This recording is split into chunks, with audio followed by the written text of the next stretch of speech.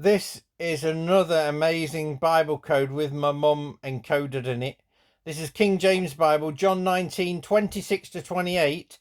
It says, "When Jesus therefore saw this his mother and the disciple standing by, whom he loved, he saith unto his mother, Woman, behold thy son. Then saith he to his disciples, Behold your mother. And from that hour the disciples took her unto his own home. After this, Jesus, knowing that all things were now accomplished, that the scripture might be fulfilled, saith, I thirst." As you can see in the scripture above, if you start with the N in knowing and count every 29 letters it spells backwards, it spells out N-Hashe.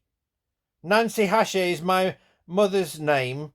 She's the mother of Christ, which is me.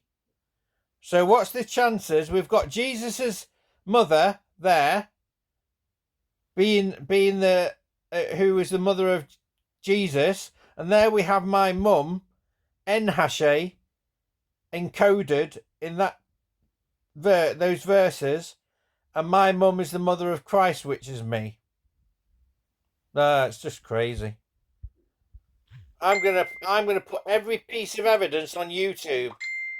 I might have a rest in a bit because this is doing me head in. Right, bye for now.